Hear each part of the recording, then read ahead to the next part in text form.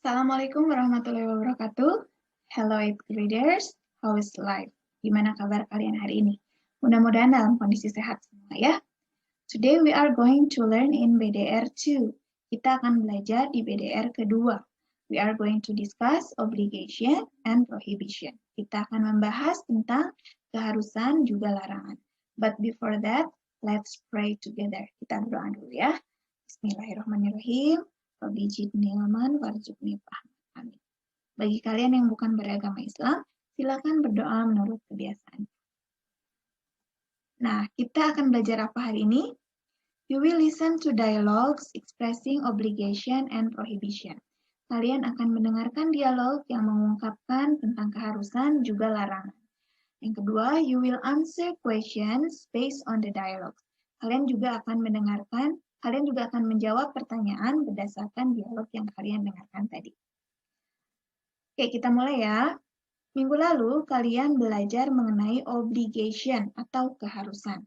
Masih ingat ya, menggunakan dua model verbs yaitu must dengan have to atau has to. Menggunakan dua kata kerja bantu, kemudian ditambah kata kerja bentuk S1.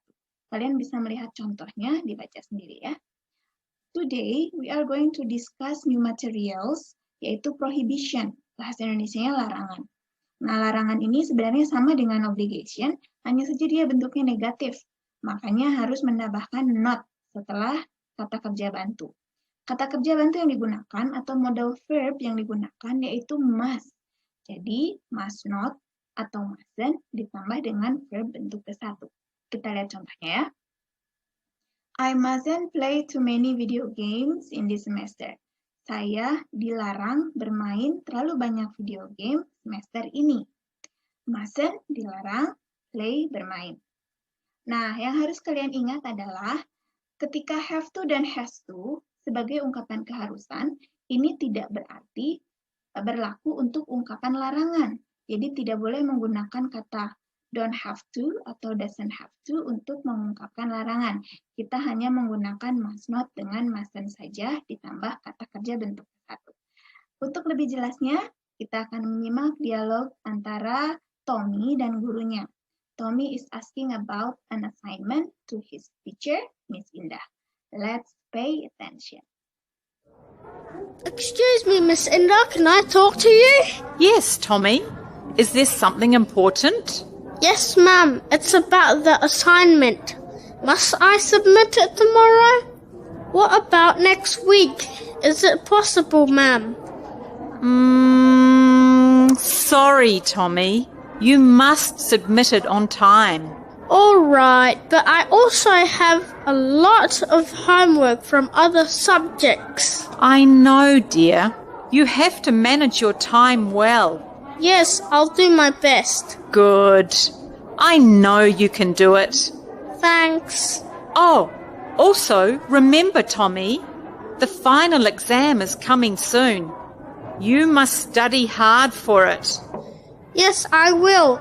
Thanks for reminding me. I almost forgot. Okay. Why don't you play outside? Your friends are waiting. Yes, ma'am. See you around, Tommy. Ya, mari kita diskusikan. Ungkapan-ungkapan yang tadi kalian dengarkan di dialog antara Tommy dan Miss Indah adalah ungkapan obligation atau keharusan. Contoh pertama, ketika Tommy menanyakan keharusan, dia menggunakan kata kerja bantu atau modal must ditambah dengan submit, kata kerja bentuk pertama, yaitu dalam kalimat must I submit it tomorrow, must harus, submit mengumpulkan. Haruskah saya mengumpulkannya besok? Mengumpulkan tugas maksudnya ya. Kemudian Miss Indah menjawab dengan ungkapan keharusan juga dengan berkata you must submit it on time. Kamu harus mengumpulkannya tepat waktu. Kita lihat contoh berikutnya ya. Miss Indah kemudian berkata, you have to manage your time well. Karena kata Tommy tadi banyak PR nih, banyak tugas dari pelajaran lain. Jadi Miss Indah berkata, you have to manage your time well. Kamu have to, harus mengatur waktumu dengan baik. You have to manage your time well. Kemudian kita lihat contoh berikutnya. Ketika Miss Indah bilang, you must study hard for it. Kamu harus study belajar. You must study hard for it. Kamu harus belajar giat untuk itu. Maksudnya untuk final exam tadi yang diceritakan ya. Nah, sekarang kita akan menyimak dialog kedua. It is between Tia and her friend Andy. Tia is visiting Andy in the break time at Andy's classroom. So listen to the conversation carefully. Hi, Andy. How's life? Great, Tia. Thanks. And how's life for you? Fine, too. Andy, why are you wearing sandals? I fell down from a ladder yesterday and my toes hurt if I wear shoes. Sorry to hear that. Get better soon, Andy. Thanks, Tia. What's that in the plastic bag? I have some snake fruit. Would you like some? Yes, please. Andy, you mustn't litter. There's a garbage bin over there. Sorry, Tia.